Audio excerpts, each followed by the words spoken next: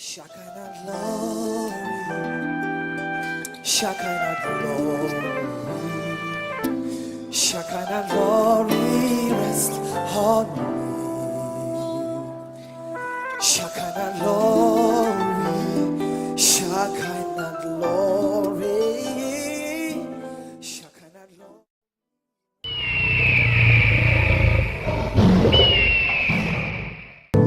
Serviteur, au nom de Jésus, j'amène toutes les pensées et les cœurs soumis à l'obéissance de ta parole et de ton Saint-Esprit. Et tout le monde dit Amen. Au nom de Jésus, vous pouvez vous asseoir. Place à la parole. Alléluia. Amen. Quelques petits acclamer le Seigneur. Acclamer le Seigneur de gloire.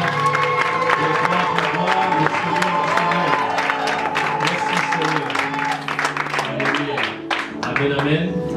Alors vous êtes la bienvenue à l'église Shekinah. Nous vous souhaitons chaleureusement la bienvenue et nous remercions le Seigneur pour votre présence. Alléluia. Vous savez, c'est toujours une grâce d'être là et de pouvoir participer au culte avec les seigneurs de gloire. Et ce matin, justement, je voudrais commencer par remercier les seigneurs de me permettre d'être là, mais aussi de remercier l'apôtre Normand, la sœur Solange, qui m'offre cette opportunité de pouvoir apporter ce message. Et c'est une responsabilité, mais aussi un honneur. Et donc je leur dis merci pour cela. Merci aussi pour vous qui êtes là ce matin. Coucou spécial à maman qui s'est déplacée dans mon vie pour être là. Alléluia. Et à ma petite sœur Gloria. Que le Seigneur vous bénisse abondamment. Alléluia. Alors, comme vous l'avez entendu durant quelques semaines, on va commencer l'étude biblique de 1 Corinthiens. C'est un livre particulier, un livre intéressant. C'est cet épître qui présente le plus des ressemblances en termes de beaucoup de choses dont le problème que les églises de l'époque avaient. Et quand on regarde et sait par quoi cette église est passée, on peut tirer des ressemblances, on peut tirer justement des parallèles avec ce que nous vivons aujourd'hui, non seulement à Shekinah ou dans d'autres églises aussi. Et donc je voudrais, avec cet épître-là, qui a des problèmes complexes, mais aussi des solutions pratiques que l'apôtre Paul propose, vous amener sur 3 dimanches pour parler justement, pour aborder beaucoup d'aspects. Je n'ai pas la prétention de faire étude de texte verset par verset, sinon il faudra rester là-dedans pendant 3 mois ou 4 mois. Mais ce que nous allons essayer de faire, c'est de couvrir l'essentiel de cet épître-là et l'appliquer à la situation de l'Église avec grand E, donc l'Église corps du Christ, mais aussi voir en quoi cet épître peut-elle nous aider ici à l'Église Shekinah. Alléluia. Donc, en donnant cette série, si on peut l'appeler comme ça, je vise à peu près 5 objectifs. Et le premier, c'est vraiment de vous donner un aperçu général de la vie des Corinthes. Et donc, sur le plan historique, sur le plan religieux, sur le plan politique, sur le plan économique, sur le plan culturel, sur le plan social, vous donner un aperçu général de cette vie des Corinthes. Pourquoi? Parce que si vous ne comprenez pas la vie des Corinthes, il vous sera difficile de comprendre l'épître de Paul aux Corinthiens. Alléluia. C'est comme si quelqu'un, 100 ans après, il veut parler de l'épître aux Sherbrookeois. Si on ne comprend pas Sherbrooke de cette époque, ce sera difficile, 100 ans plus tard, de pouvoir expliquer l'épître aux Sherbrookeois que peut-être toi tu auras écrite. Alléluia. Que ça t'arrive au nom de Jésus. Et le deuxième objectif, c'est de comprendre aussi les contextes dans lesquels l'Église de Corinthe a été fondée. C'est dans un contexte particulier. C'est de voir dans quel contexte cette épître-là, cette Église plutôt de Corinthe a été fondée. Il y a eu beaucoup de choses, beaucoup de circonstances qui se sont passées. C'est dans quel contexte que l'Église de Corinthe a été fondée. Troisième objectif, c'est de pouvoir aussi voir avec vous dans quelles circonstances l'épître de 1 Corinthiens a été rédigé. Paul ne rédige pas cette épître pour la rédiger, c'est parce que c'est à la suite de quelque chose ou de plusieurs choses qui se sont passées, et ce sont ces choses-là qui ont conduit l'apôtre Paul à rédiger l'épître de 1 Corinthiens. Alors c'est dans quelle circonstance que l'apôtre a écrit cela? Et ça nous permettra de voir un peu l'auteur de l'épître, la date où il a écrit cette épître-là, les lieux de rédaction, le but, les destinataires, les contenus et surtout la structure de cette épître-là. Alors j'étais en train de me demander si je ne devais pas faire des petits articles, 3 articles synthèse, pour vous envoyer ça, pour que vous puissiez avoir une vue d'ensemble. Sinon, il y a déjà un cours qui avait été donné ici. Je pourrais aussi vous envoyer ces cours-là à la fin de ces 3 dimanches par la grâce du Seigneur. Amen. Je voudrais aussi, quatrièmement, dégager un peu les ressemblances de l'église de Corinthe et celle d'aujourd'hui, l'église du 21e siècle, et finalement, vous indiquer, à mon avis, je sais qu'il y a plusieurs stratégies, mais moi je préfère appeler ça la stratégie divine pour relever les défis contemporains de l'église d'aujourd'hui. Alors c'est beaucoup de choses évidemment, donc stratégie divine pour relever les défis contemporains de l'église d'aujourd'hui. L'église est confrontée à des défis énormes sur tous les plans, Que vous soyez ici à Sherbrooke, que vous soyez à Montréal, à Ottawa, peu importe l'endroit, vous allez vous rendre compte que l'Église est confrontée à des obstacles immenses. Je suis abonné à ce qu'on appelle Porte Ouverte.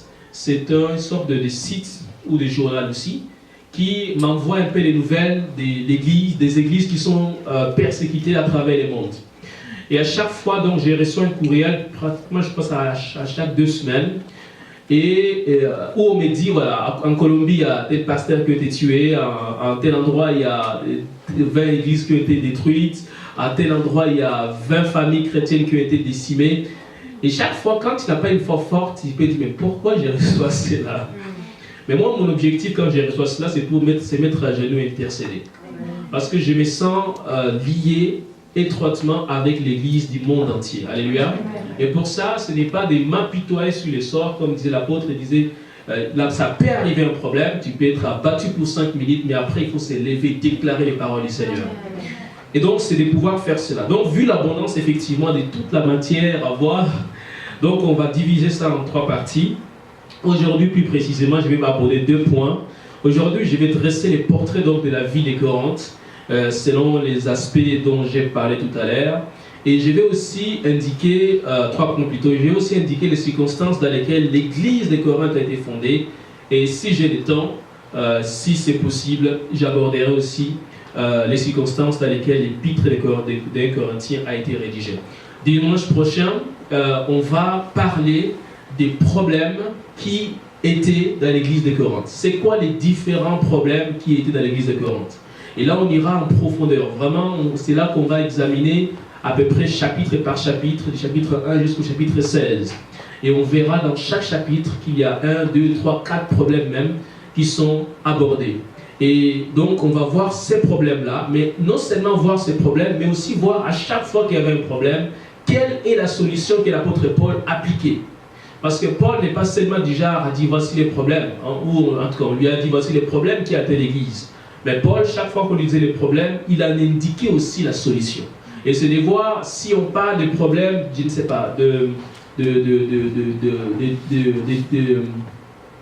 des dons spirituels, parce que les gens utilisent mal les dons spirituels. Paul donne des indications sur comment les utiliser. Alors s'il y a tel autre problème qui est posé, problème des divisions dans les églises, Paul donne en même temps la solution pour comment éviter les problèmes dans les églises. Alors ça, ce sera l'objet de la semaine prochaine. Et finalement, le 3e dimanche, là maintenant, je prendrai une sorte de synthèse en donnant la stratégie, à mon avis, que nous devons utiliser, non seulement pour relever les problèmes que nous avons actuellement, mais aussi pour relever les problèmes qui vont arriver dans les temps futurs. Alléluia. Parce que quand vous regardez un peu les statistiques, vous vous rendez compte qu'il y a de cela 300 ans, 80% de la population vivait au village, 20% de la population vivait dans les grandes villes. Alors 300 ans plus tard, c'est l'inverse qui se produit. 80% de la population vit dans les grandes villes et 20% de la population vit dans les villages. Et plus donc il y a des gens dans les grandes villes, il y a justement des problèmes qui naissent et qui risquent justement de pouvoir parfois mettre à mal l'unité dans les corps du Christ. Voilà un peu ce que je vais vous parler aujourd'hui. Et je crois sincèrement que le Seigneur va nous bénir. Alléluia. Amen. Et ce n'est pas pour toi, mais moi je suis déjà enthousiaste. Amen, à amen. l'idée d'être béni par la parole du Seigneur. Et vous savez, donc, je vais pouvoir effectivement vous livrer ce que le Seigneur m'a mis à cœur. Mais avant cela, je voudrais aussi prier le Seigneur. Parce que vous savez, ça peut sembler technique pour certaines personnes, ça peut sembler difficile. Mais je vais prier pour que le Seigneur, à l'instant de midi, dans Actes des Apôtres, vous ouvre l'esprit pour que vous puissiez saisir cela. Alléluia. Amen. Et les troisièmes dimanches, donc les derniers dimanches où je vais aborder en fait les épîtres-là, si Dieu le permet, je prendrai au moins 15 minutes pour vous laisser le temps de me poser des questions sur cet épître-là. Donc vous allez tout au long de mon exposé écouter, mais en même temps prendre en note de vos questions. S'il y a telle question que vous avez, telle chose que vous n'avez pas comprise, notez-la. Au troisième dimanche, je prendrai le temps de vraiment vous laisser les temps, voilà, de poser les questions. Parce que je crois que je ne voudrais pas à la fin que vous ayez des questions. Je ne dis pas que je vais répondre à toutes les questions, mais on va essayer ensemble, avec toute l'équipe apostolique, ils vont m'aider pour effectivement répondre à cette question. Alléluia. Parce que nous travaillons encore dans les corps du Christ ensemble. Donc voilà, Seigneur, merci pour cette série qui commence. Nous voulons te rendre grâce. Seigneur, tu connais nos cœurs, tu connais les désirs qui sommeillent dans nos cœurs. Je prie que tu ouvres notre intelligence pour que nous puissions comprendre ta parole. Ouvre l'intelligence de chaque personne ici présente pour qu'on puisse saisir le mystère de ta parole. Nous te bénissons et nous te rendons grâce. Au nom de Jésus, nous avons ainsi prié. Amen. Amen. Alléluia. Amen. Alors donc, on va commencer notre étude. Donc, commençons tout de suite par voir un peu la ville de Corinthe au complet. Corinthe est une grande ville, très très grande ville. C'est la principale ville, à l'époque de Paul en tout cas, d'une province qui s'appelle, où c'est la capitale d'une province qui s'appelle Achaïe. Cette province, elle était située au sud du pays qui s'appelle la Grèce. C'était donc la principale ville de la province d'Achaïe. Cette province, elle était située au sud de la Grèce. C'était donc la principale ville, une très très grande ville, une ville mégalopole, l'équivalent peut-être de, je ne sais pas si c'est des Gatineau ou Québec plutôt, donc parce que Montréal c'est plus grand. Et dans la ville de Corinthe, il y avait, l'apôtre l'avait dit plusieurs fois ici, 700 000 personnes qui y habitaient, dont 400 000 qui étaient des esclaves.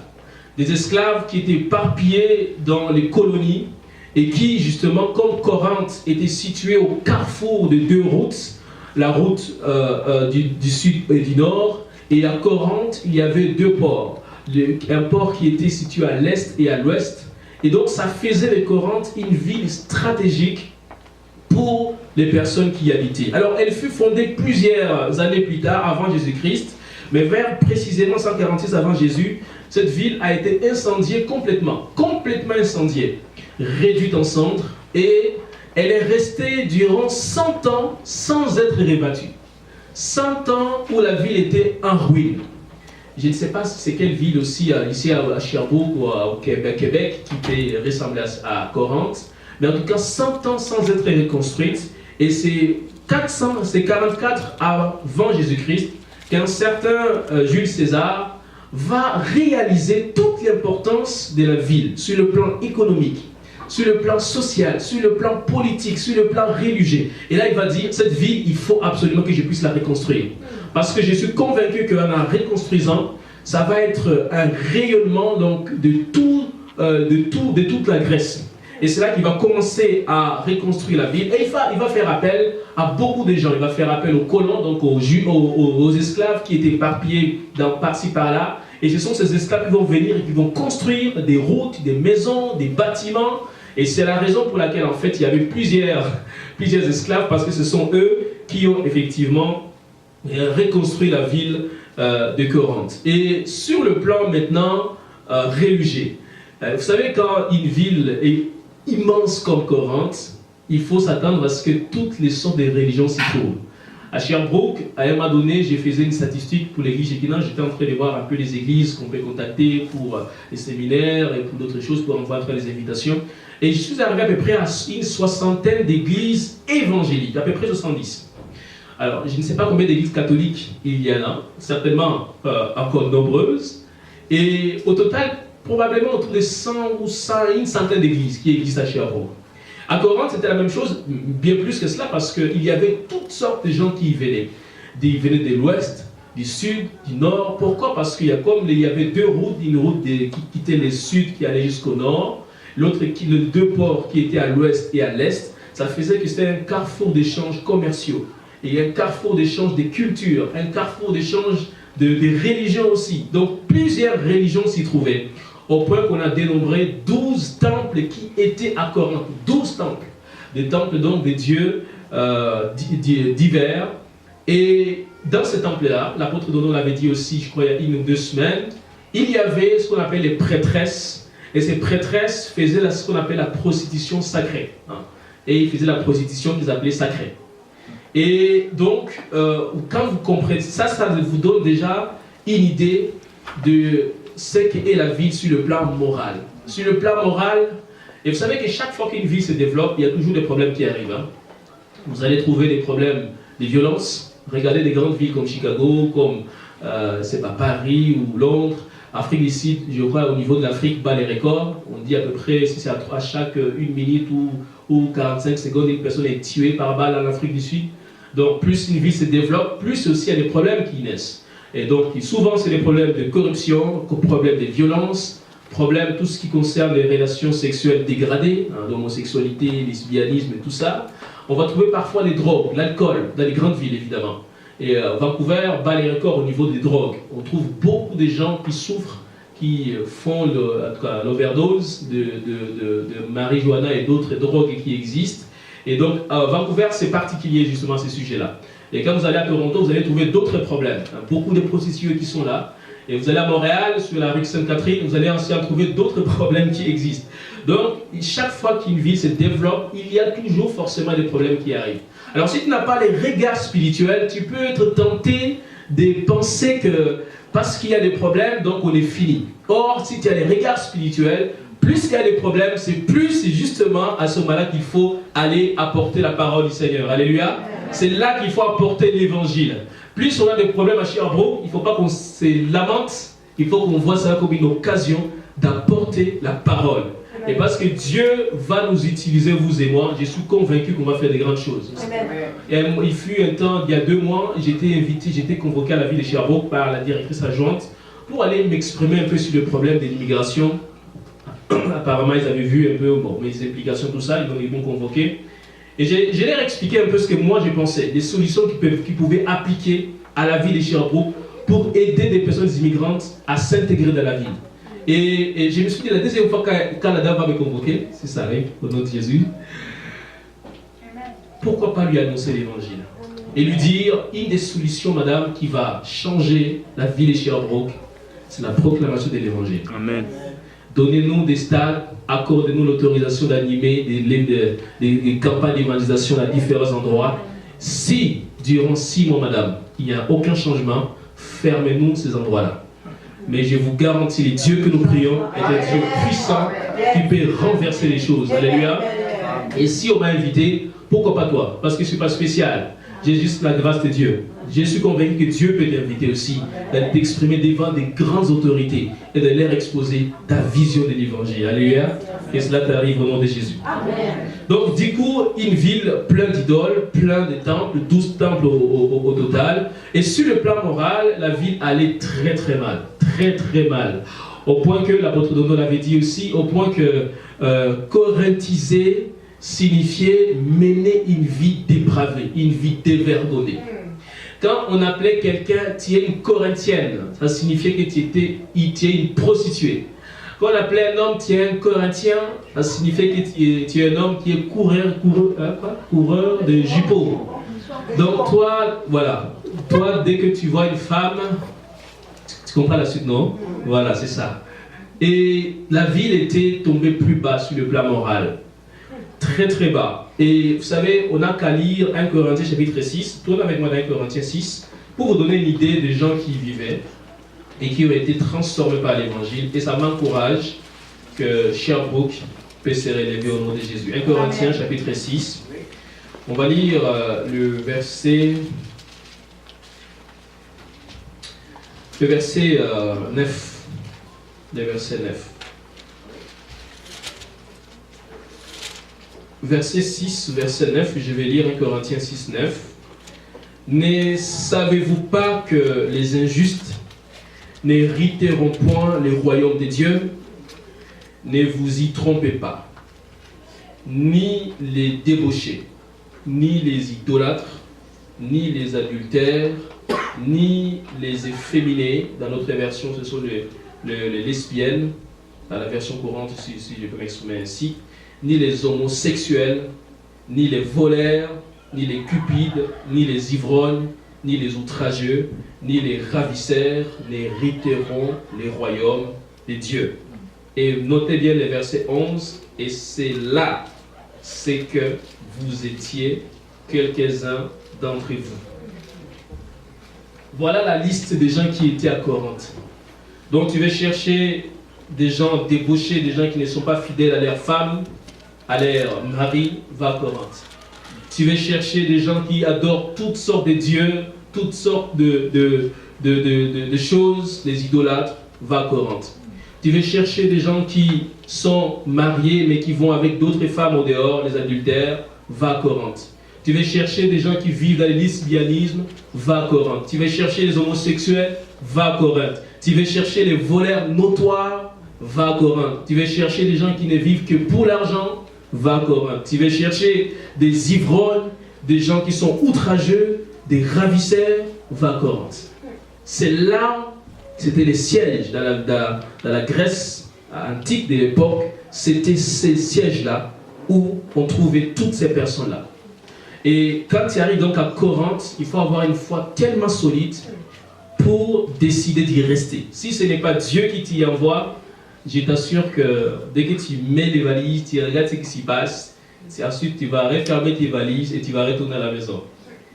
Et donc c'est dans cette ville-là qu'on trouve toutes sortes de personnes. Et on n'est pas même pas sur le plan culturel. C'était une ville très développée aussi. On rapporte qu'il y avait beaucoup d'événements qui s'y passaient. Beaucoup d'événements. D'ailleurs, il y avait des jeux même qui étaient organisés chaque année, les Jeux de Corinthe. Et on rapporte que il y avait un grand nombre de personnes qui quittaient toutes les provinces de la Grèce pour aller à Corinthe afin de pouvoir jouer à ces jeux-là. C'est comme à Sherbrooke, je pense qu'il fut un temps où il y avait les Jeux du Canada. Et maintenant, on est en train de solliciter, je ne sais pas si c'est encore fait, les Jeux de la francophonie. C'était en discussion au niveau de la mairie pour voir si on peut organiser ici à Sherbrooke les Jeux de la francophonie, parce que ça permettra de mettre Sherbrooke en évidence dans le monde entier. Donc les gens viendront de partout pour pouvoir effectivement participer et aussi découvrir la ville et peut-être y rester, on ne sait jamais. Et donc sur le plan culturel, beaucoup d'activités qui s'y passaient, et sur le plan moral, on l'a dit, mais aussi sur le plan philosophique, vous allez trouver que Corinthe était une sorte de centre de la culture grecque, de la civilisation grecque, et on trouvait à Corinthe beaucoup d'écoles de philosophie diverses. Il y a ce qu'on appelle les rhéteurs, ce sont des chefs d'école qui avaient des disciples qui étaient autour d'eux, et qui, ces disciples-là, avaient l'habitude d'écouter ce que leur maître leur disait. Et c'est ce qui fait que quand les gens même ont été convertis et arrivés dans l'église de Corinthe, ils ont continué à fonctionner comme ils étaient dans le monde, c'est-à-dire à se constituer en partie autour des grands maîtres, parce que ce sont ces choses-là qu'ils ont apprises dans le monde, et ils voulaient transporter ces choses dans l'église. Et on trouve ces choses dans nos églises. Des gens qui étaient dans le monde ou qui sont de cultures diverses, et ils arrivent dans l'église, non, moi je ne peux pas faire ça parce que ma culture me l'interdit, parce que ma ceci me l'interdit. Mais quelle est la culture du royaume dans ce que tu dis? C'est la culture du royaume qui est importante. Alléluia. C'est elle qui doit dominer, primer sur toute autre chose. C'est la culture du royaume. Donc la prospérité matérielle, malheureusement, va souvent avec la corruption de mœurs, la corruption morale. Donc une ville complètement à terre sur plusieurs plans, en tout cas sur le plan moral, peut-être sur le plan économique, une ville extrêmement riche. On disait même que les choses qui étaient fabriquées à Corinthe étaient vendues dans le monde entier. Monde entier à l'époque. Il y avait des châteaux, il y avait toutes sortes de choses. Donc voilà un peu globalement la ville de Corinthe dans laquelle Paul est appelé à aller proclamer l'évangile. C'est dans cette ville-là, donc vous allez tourner maintenant avec moi dans Actes des Apôtres chapitre 18. Donc c'est dans cette ville-là que Paul débarque, dans Acte 18. Et il arrive certainement comme c'est un missionnaire né, comme c'est un missionnaire dans l'âme. Chaque fois qu'il arrive dans une ville, évidemment, lui, au lieu de voir les péchés, il voit la grâce du Seigneur. Au lieu de voir la corruption, il voit ce que le sang de Jésus peut faire dans cette ville. Comment le sang de Jésus peut vraiment laver les péchés de ces personnes, transformer les vies. Et c'est ce qu'il voit. J'ai pris que toi et moi, nous puissions avoir cette vision-là. Vous savez, avant, quand je voyais des gens avec des tatouages, j'ai reculé. J'ai esquivé même. Parce que je me disais, je ne sais pas c'est quoi son passé, son ceci, son cela. Mais le Seigneur m'a amené à comprendre que Jésus n'a jamais repoussé un seul homme. Jamais. Amen. Jésus n'a jamais repoussé, même les bandits les plus notoires de son époque, Jésus l'a sauvé à la croix. Amen. Il n'a jamais repoussé personne. Alors il m'a enseigné pourquoi toi tu peux le faire. De quel droit as-tu de esquiver les gens que moi j'envoie sur ta route? Tu me pries les matins, Manuel, j'ai prié parce qu'une de mes prières favorites c'est Seigneur, aujourd'hui, je ne sais pas ce qui va se passer, mais je sais que tu es avec moi, tu es avec l'église, tu es avec les mondes, tu es avec nous. Seigneur, mets sur ma route quelqu'un à qui je vais évangéliser. Je vais parler de toi, je vais libérer les paroles. Alors arrange les circonstances pour que je puisse, Seigneur, annoncer ta parole. Ça, c'est une de mes prières favorites que je dis les matins. Et justement, le Seigneur met sur la route des gens. Et moi, quand je vois les tatous, quand je voyais les tatous, j'esquivais.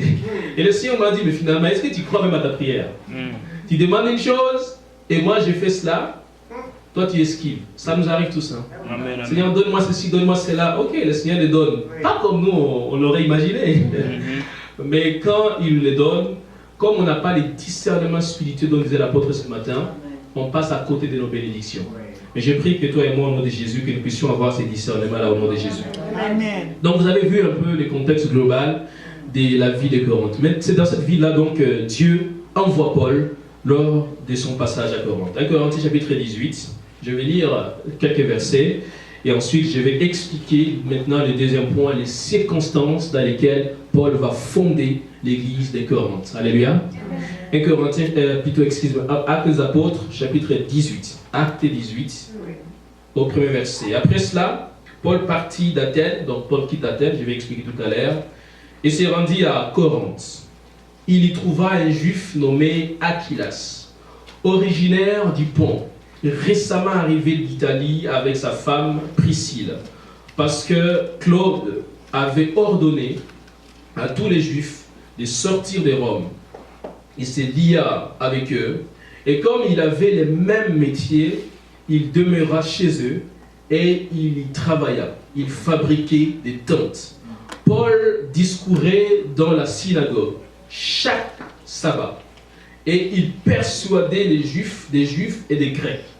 Mais quand Silas et Timothée furent arrivés de la Macédoine, il s'est donnant tout entier à la parole, attesta aux Juifs que Jésus est le Christ. Les Juifs faisant alors de l'opposition et se livra à des injures, Paul secoua ses vêtements et leur dit que votre sang retombe sur votre tête. J'en suis pur. De maintenant, j'irai vers les païens. Et sortant de là, il entra chez un nommé Justice, homme craignant Dieu, et dont la maison était contiguë à la synagogue. Cependant, Crispus, le chef de la synagogue, crut au Seigneur avec sa famille. Et plusieurs Corinthiens qui avaient entendu Paul crurent aussi et furent baptisés. Le Seigneur dit à Paul en vision pendant la nuit, « Ne crains point, mais parle et ne t'éteins point, car je suis avec toi, et personne ne mettra la main sur toi pour te faire du mal. Parle, car j'ai un peuple nombreux dans cette ville. » Il y demeura 1 an et 6 mois, enseignant parmi les Corinthiens la parole de Dieu. Amen. Un texte certes long, mais important pour comprendre les contextes dans lesquels Paul va fonder l'église de Corinthe. Il a passé quelque temps à Athènes où il a rencontré, a confronté même des gens de toutes sortes de philosophies. Les résultats n'ont pas été assez au rendez-vous, comme lui l'aurait espéré. parce que ce sont quelques personnes qui s'y convertissent. Alors, il est un peu dessus et il quitte Athènes et il va jusqu'à Corinthe. Et il arrive à Corinthe, probablement il ne connaissait pas grand monde, il ne connaissait pas beaucoup de personnes. Mais comme Dieu ne fait pas rien au hasard, comme Dieu n'est pas un Dieu du hasard, quand il te laisse guider par lui, quand il te laisse conduire par lui, il arrange les circonstances pour que les objectifs pour lesquels il t'a amené à tel endroit puissent être atteints. Alléluia. Et donc, lorsque Paul arrive, donc il quitte Athènes, il arrive à Corinthe, Dieu bon va déjà mettre Aquilas et Priscille là-bas. Et curieusement, il y a quelques temps de cela, le roi Claude, je crois que c'est l'empereur, le roi, je crois les rois. Un roi, je crois les rois. Empereur. Bon, bref, c'est ça, Claude. Il avait chassé les Juifs de Rome. Et parmi ces Juifs qui étaient chassés, il avait décrété même qu'ils devaient quitter. Il y avait donc Priscille et Aquilas. Et là, ils sont de passage, ils sont en tout cas en exil dans cette province-là, dans la ville de Corinthe. Et Dieu ne fait rien au hasard. Paul arrive là-bas.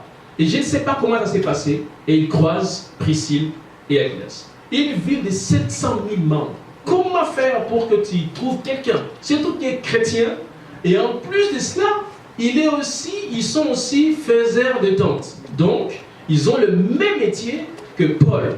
Comment expliquer cela? Vous arrivez à Toronto. Bon, peut-être vous y connaissez quelques personnes. Ils sont à Vancouver. Je ne sais pas si vous avez ici des membres de famille à Vancouver. En tout cas, vous arrivez à Vancouver. Là, vous ne connaissez personne. Une grosse ville, je ne sais pas si c'est 1 million d'habitants. Parce que c'est Dieu qui vous y conduit, Dieu va arranger les circonstances pour que vous puissiez rencontrer quelqu'un. Même si c'est 1 million d'habitants. Et c'est ce que Paul a fait. Et l'apôtre Paul, souvent, il nous raconte l'histoire que quand il va parfois, il est allé dans les îles la première fois, Dieu a tout fait pour qu'il puisse rencontrer certaines personnes, dont aujourd'hui le pasteur Xavier Foster, qui est devenu son grand ami. Et aujourd'hui, il y va tranquillement. Pourquoi? Parce que Dieu, à un moment donné, il a arrangé les circonstances pour que même si, comme Dieu lui avait dit qu'il irait jusque dans les îles, il n'avait jamais été dans les îles.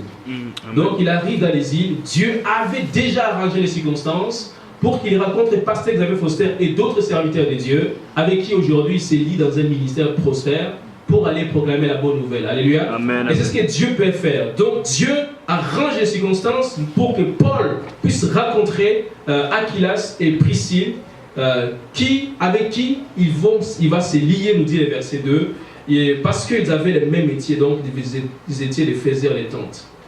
Vous savez, ma prière, c'est que vraiment, quand vous vous déplacez, que vous ne puissiez pas y aller pour y aller. Laissez-vous guider par le Saint-Esprit. Laissez-vous conduire par le Saint-Esprit. Laissez que le Saint-Esprit vous précède là où vous allez aller. Parce que si c'est lui qui le fait, alors même si vous ne connaissez personne là où vous allez aller, Dieu arrangera des circonstances en votre faveur. Même si c'est un voyage de 3 jours, vous dites Seigneur, j'arrive dans cette ville, je ne connais personne, parce que c'est Dieu qui a été derrière votre voyage, je peux vous garantir que Dieu arrangera des circonstances en votre faveur pour que vous puissiez rencontrer quelqu'un qui va vous guider, vous diriger vers le bon endroit. Alléluia. Et je prie que ce soit votre cas au nom de Jésus. Donc Paul arrive dans cette ville, il rencontre Priscille et Aquilas, il est vraiment content, il s'allie d'amitié avec eux et il commence à travailler comme il était faiseur des tentes. Mais vous savez, Paul, faiseur des tentes, c'était pour un temps, ce n'était pas quelque chose qu'il devait faire tous les jours. Pour lui, quand il circulait certainement dans la ville de Corinthe, il devait voir ces 12 temples qui étaient érigés aux différents endroits. Il devait voir toutes ces prostituées qui étaient dans la ville. Il devait voir toutes ces personnes qui vivaient qui menaient une vie d'immoralité sans nom. Il devait voir toutes ces choses-là. Paul devait, dans son cœur, se dire, Seigneur, oui, j'ai fait ce métier-là, mais ce n'est pas ça ma passion. Toi-même, tu le sais. Je l'ai fait juste pour trouver de quoi manger, de quoi me nourrir. Mais ma passion à moi, c'est de proclamer l'évangile. La question que je te pose, quelle est la vision que tu as de la ville de Sherbrooke? Quand tu regardes la ville de Sherbrooke, qu'est-ce que tu vois? Parce que ce que tu vois va déterminer la manière dont tu vas t'engager dans la ville. Si tu y vois seulement juste des étudiants qui sont là, qui viennent étudier, qui vont partir, tu ne vas pas peut-être t'engager. Mais si tu vois que l'université de Sherbrooke, 44 000 personnes qui y sont, c'est toute une ville qui a l'université de Sherbrooke, 44 000 personnes. Si tu vois dans ces étudiants des gens qui ne connaissent pas le Seigneur, des gens qui peuvent mourir à n'importe quand et décéder, et peut-être aller à l'enfer. Mais si tu vois des âmes à sauver, alors tu ne resteras pas inactif, parce que toi, ta mission sera d'aller leur apporter l'évangile. Alléluia. C'est pour cela que je remercie le Seigneur que sur l'initiative de l'apôtre Dondon, nous avons réussi à créer Campus Shekinah. Le jeudi dernier, je suis allé au campus, les autorités de l'université m'ont appelé, et je suis allé signer les documents. Donc là, j'ai maintenant le protocole d'entente entre Campus Shekinah, qui est une cellule de l'église Shekinah, et l'université de Sherbrooke pour 1 an. L'objectif pour nous, c'est pouvoir avoir un pied sur les campus. Pourquoi? Parce que nous voulons voir, vous et moi, nous voyons les gens, pas nécessairement des étudiants, nous voyons des âmes à gagner, des vies qui doivent être transformées, des gens qui doivent rencontrer leur destinée. C'est ça que nous voyons. Et donc à l'université de Sherbrooke, nous avons comme mission, mes amis, d'aller proclamer l'évangile. La mission principale des campus Shekinah, c'est vraiment l'évangile. On peut écrire d'autres choses autour de cela, mais c'est l'évangile que nous voulons proclamer. Alléluia. Ça a été une bataille dure. Ça a pris, moi j'ai pensé que ça allait prendre 2 semaines, mais ça a pris au moins 3 mois. Et les gens hésitaient. J'appelais, est-ce qu'il a signé? Non, il n'a pas encore signé. Mais pourquoi le directeur général ne souhaite pas signer? Oh, il vient de prendre ses fonctions, il prend son temps. J'appelle 1 mois plus tard, non, il n'a pas toujours signé. Est-ce que le document lui a été remis? Oui, le document lui a été remis, mais il n'a pas encore signé. J'ai dit, mais qu'est-ce qui se passe? Et là, on priait. L'apôtre priait, l'autre priait, on priait, l'église priait pour ces projets-là. Et les projets viennent de voir un jour, et je remercie les Seigneurs pour cela. Alléluia. Parce qu'avec le frère Max, nous allons pouvoir, avec d'autres membres de l'église qui sont à l'université de Sherbrooke, nous allons s'asseoir ensemble et réfléchir. Qu'est-ce que nous pouvons faire? Quel est le plan d'action à mettre en place pour conquérir les campus Shekinah? Est-ce que vous savez que la plupart des églises à Sherbrooke sont des églises qui sont remplies par des anciens étudiants ou des étudiants d'université? Quand vous regardez les premiers membres de l'église Shekinah, l'apôtre Dono souvent l'a dit, c'était parfois des étudiants de l'université qui étaient venus, ils ont fini leur école et puis d'autres ils sont restés à l'église. Donc c'est un endroit stratégique. Et Dieu, s'il nous le donne, c'est pour un objectif précis. Amen. Alléluia. Amen. Et donc je crois que nous allons aussi faire les grandes choses. Verset 4, donc Paul va discourir dans la synagogue chaque sabbat. Ce n'est pas un hasard. Parce que Paul, étant lui-même juif, il savait une chose. Si je vais chez les juifs, comme ils connaissent déjà la parole, comme ils ont déjà une prédisposition à écouter la parole du Seigneur, ben c'est là qu'il faut aller. Il faut être stratégique. Et donc, nous voulons aller à l'université. Pourquoi? Parce que moi, j'étais à l'université. L'enseignante Déborah, elle est à l'université. D'autres ont été à l'université. Donc, vous connaissez la manière de penser des étudiants. Vous connaissez un peu les difficultés par lesquelles ils passent. Vous connaissez les problèmes qu'ils connaissent. Vous avez une idée des besoins qu'ils ont. Donc, tout ça, ça fait que vous et moi qui avons été à l'université, nous avons un avantage parce que nous pouvons réfléchir comme les étudiants. Et avec cela, proposer des solutions concrètes aux problèmes des étudiants. Et à l'université, et ici à l'église, nous avons la grâce d'avoir des dons, des gens qui ont des dons particuliers. Alléluia. Si un étudiant arrive aujourd'hui, il dit voilà, écoute, j'ai un problème, ça va mal en comptabilité, je vais dire, va voir la diaconesse Anne-Marie. J'ai un problème de, écoute, je ne sais pas, mon genou a mal, va voir la sœur Félicité. Écoute, je ne sais pas, j'aimerais apprendre un peu les langues, connaître les gens, rencontrer des personnes ou avoir des ressources. Va voir pas Daouda ou moi-même. J'aimerais avoir un peu un petit boulot parce que vraiment c'est pas évident, mais viens me voir, je travaille pour ça justement. Donc avec ça, nous avons des dons, nous avons des capacités, nous avons l'équipement nécessaire pour pouvoir faire la différence au niveau de l'université. Mais ça va dépendre de toi et moi, mes amis. Si nous restons juste assis ici dimanche après dimanche, nous ne sentons pas pour aller évangéliser, nous ne prions pas, nous n'allons pas faire des actions, ben, ça va rester tel qu'elle est. Mais je prie et je proclame au nom de Jésus que l'église Shekinah s'élève en 2019. C'est un tournant que nous allons rencontrer. Amen. Et toi et moi, Dieu va nous utiliser comme des instruments pour pouvoir provoquer quelque chose dans cette église. Alléluia. Amen. Et j'aimerais qu'il y ait pendant quelques minutes que tu mettes ta main sur la suite de tout ton cœur et que tu pries, tu déclares des choses. Tu demandes à Dieu de t'utiliser pour que 2019, dis Seigneur, 2019, je ne veux pas rester comme je suis, comme j'étais en 2018. Mais je veux qu'à l'église Shekinah, je sois un instrument, à l'intérieur tout comme à l'extérieur. Parce que Dieu nous a placés stratégiquement dans la ville pour être des moteurs, pour être des instruments. Alors élève la voix et prie quelques instants de tout ton cœur. Vraiment élève la voix, prie de tout ton cœur et déclare des paroles. Dis, Seigneur, je suis disposé, disponible, Papa, pour te servir. Nous voulons servir à la vision que Dieu a donnée à l'apôtre. Nous voulons servir à la vision que tu as donnée à l'église de Christ. Alors élève la voix, prie le Seigneur. Papa, merci pour ces âmes qui se confient à toi. Nous voulons être des gens que tu vas utiliser puissamment. Nous voulons, Seigneur, que tu nous amènes de gloire en gloire, de profondeur en profondeur. Alors Papa, je t'en supplie, utilise chaque frère ici, utilise chaque sœur ici, au nom de Jésus de Nazareth. Ne permets plus que nous puissions demeurer dans la paresse, la l'oisiveté, l'ignorance, mais accorde-nous, Seigneur, désormais à saisir cette porte que tu viens d'ouvrir et ouvre notre porte à Sherbrooke pour que l'église Shekinah, qui s'appelle Seigneur éternel, tu as proclamé que c'est un phare qui va éclairer la vie de Sherbrooke, puisse éclairer la vie de Sherbrooke par la proclamation de l'évangile au nom de Jésus de Nazareth. Merci Seigneur d'utiliser chaque frère, chaque sœur ici présent afin que cette vision devienne une réalité. Nous te rendons grâce au nom de Jésus de Nazareth. Amen. Alors laisse-moi aussi vous dire quelque chose à propos de ça. Nous allons effectivement discourir, comme dit Paul au verset 4, chapitre 18. Nous allons aller rencontrer les étudiants. Dans les cas de Paul, c'était les Juifs et les Grecs. Nous, ça va être autre chose. Nous allons peut-être aller dans différents autres endroits pour proclamer l'évangile. Mais laissez-moi aussi vous dire une chose. C'est que ça ne se fera pas, verset 6, sans opposition.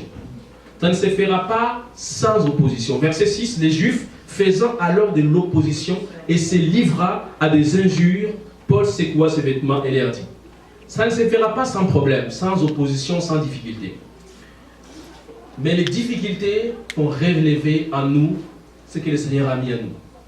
Nous sommes faits non pas pour être arrêtés par les difficultés, mais pour les affronter et aller de l'avant. Alléluia. Donc il y aura ces difficultés-là, il y aura ces problèmes-là, mais ce que tu dois savoir, c'est que Christ qui nous a mandatés, lui, il sera avec nous. Et au verset 9, je vais lire avec vous, chapitre toujours 18, verset 9, le Seigneur dit à Paul en vision pendant la nuit, « Ne crains point, mais parle, et ne t'éteins point, car je suis avec toi. Et personne ne mettra la main sur toi pour te faire du mal. Parle, car j'ai un peuple nombreux dans cette ville. » Car j'ai un peuple nombreux dans la ville de Sherbrooke. 160 000 personnes qui y sont. Il y aura de l'opposition, ça c'est certain. Absolument certain. Mais laisse-moi vous dire une chose. C'est que pendant ces oppositions, à l'instar de Paul, Dieu vous communiquera des visions. Dieu vous donnera des visions. Dieu vous dira, voici comment il faut agir. Tu as été longtemps en contact peut-être avec des gens qui étaient dans la drogue, l'alcool, tout ça. Dieu te donnera une vision pour que tu puisses savoir comment les rapporter la parole. Tu as été en contact avec des ex-détenus, Dieu te donnera de la vision et de la passion et de la compassion pour que tu leur communiques l'évangile. Tu as été étudiant au cégep ou tu es encore étudiant au cégep, Dieu te donnera de la grâce pour que tu puisses aller apporter l'évangile. Alléluia. Mais le plus important, c'est de savoir, comme Paul, ce qu'il dit au verset 10, ce que Jésus a dit à Paul, « Je suis avec toi ». Quand tu sais que Dieu est avec toi, l'impossible devient possible. Ce que les gens voient ordinaire devient extraordinaire. Amen. Là où les gens voient les naturels, toi tu vois les surnaturels. Parce que tu as une vision d'aigle. Tu as une vision d'aigle royal. Amen. Tu vois au-delà du visible. Amen. Et je prie que Dieu te donne cette vision. Je prie que tu saches que le Seigneur vraiment est avec nous. Et que ce qu'il a déclaré durant le séminaire ici, c'est ce qui va arriver. C'est à nous de nous accrocher à cela. Et je crois que cela va arriver au nom de Jésus. Amen. Et il faut comprendre que la motivation principale pour le faire, c'est que Dieu a un peuple nombreux dans la vie de Sherbrooke. Il y a un peuple nombreux. J'étais en train de... Chaque fois quand je vais à l'hôpital, et dans les ascenseurs, ils mettent pas mal des affiches. Et j'étais en train de lire, quand je suis entré dans un des ascenseurs, que 14% de la population à Sherbrooke souffre de la santé mentale. 14%. C'est à peu près, je crois, 3500 personnes qui sont diagnostiquées les cancers. J'ai dit, mais ça vient de tout ça? Ça vient où tout ça? quand vous apprenez des jeunes qui sont à chaque année mis dans les centres des jeunesses parce qu'ils ont été battus par leurs parents, parce qu'il y a eu tel problème, vous ne pouvez pas imaginer. Quand vous apprenez le nombre de personnes qui divorcent, qui se séparent, c'est effarant. Donc tout ça pour nous, ça nous donne une idée de dans quelle vie nous sommes et comment apporter l'évangile. Et l'évangile va faire cela. Alléluia. Donc je crois vraiment que c'est ce que le Seigneur va faire en 2019 avec toi et moi. Et donc Paul arrive, donc je résume, Paul arrive dans la ville, rencontre Aquilas et Priscille, parce que Dieu l'avait déjà décidé ainsi. Et ensuite, on voit Paul commencer stratégiquement à viser certaines personnes. Il dit, je vais commencer par qui? Je commence par les Juifs aux synagogues, je commence par les Grecs dans les écoles de philosophie, dans les écoles de toutes sortes de cultures. C'est là où je dois aller. Et la Bible dit qu'il les faisait chaque sabbat. Donc avec une régularité incroyable. Souvent nous on fait quelque chose aujourd'hui et puis demain on abandonne. Que Dieu, toi et moi, nous donne la persévérance au nom de Jésus. En 2019, que Dieu nous donne à persévérer. Donc Paul vise cela, il définit un lieu précis. Je vais commencer par la synagogue, ensuite dans les écoles de philosophes. Je vais viser telle catégorie. Et la Bible dit que le résultat de cette stratégie a été incroyable. Toujours au verset 18, on apprend que au verset 8, on dit « Cependant Crispus, le chef de la synagogue, crut au Seigneur avec toute sa famille, et plusieurs Corinthiens qui avaient entendu Paul crurent et se furent baptisés. » Quand vous regardez les résultats, c'est-à-dire que ce n'est pas seulement les esclaves qui ont été convertis, c'est aussi des chefs de la synagogue, donc des gens haut élevés dans la société, qui ont été touchés par l'évangile. Romains chapitre 16 nous apprendra que même les trésoriers de la ville, Éraste, a été touché par l'évangile, il a été converti. Plusieurs juifs ont été touchés par l'évangile et se sont tournés vers le Seigneur. De l'opposition, on en connaîtra? Oui. Est-ce qu'on va faire face à des difficultés? Oui. Mais n'oubliez pas, le Seigneur te donnera de la vision. Le Seigneur sera avec toi. Et parce qu'il y a un peuple nombreux dans la ville de Sherbrooke, alors tant que tout le monde sera ici, on ne cessera pas de proclamer l'évangile. Est-ce que vous savez que d'après les statistiques officielles, je ne sais pas si ça a été mis à jour, c'est à peu près 1% de la population à Sherbrooke qui est chrétienne?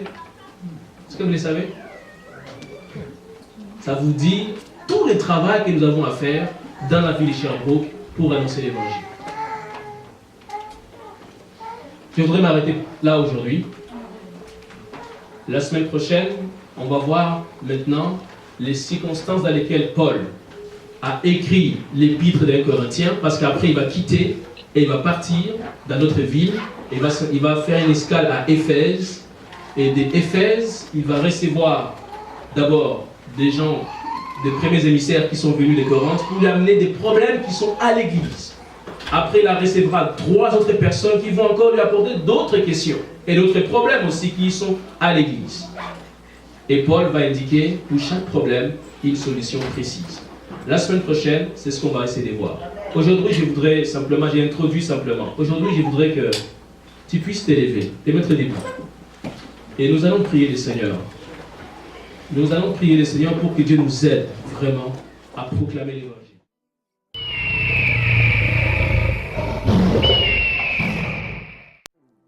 Shekinah glory, Shekinah glory,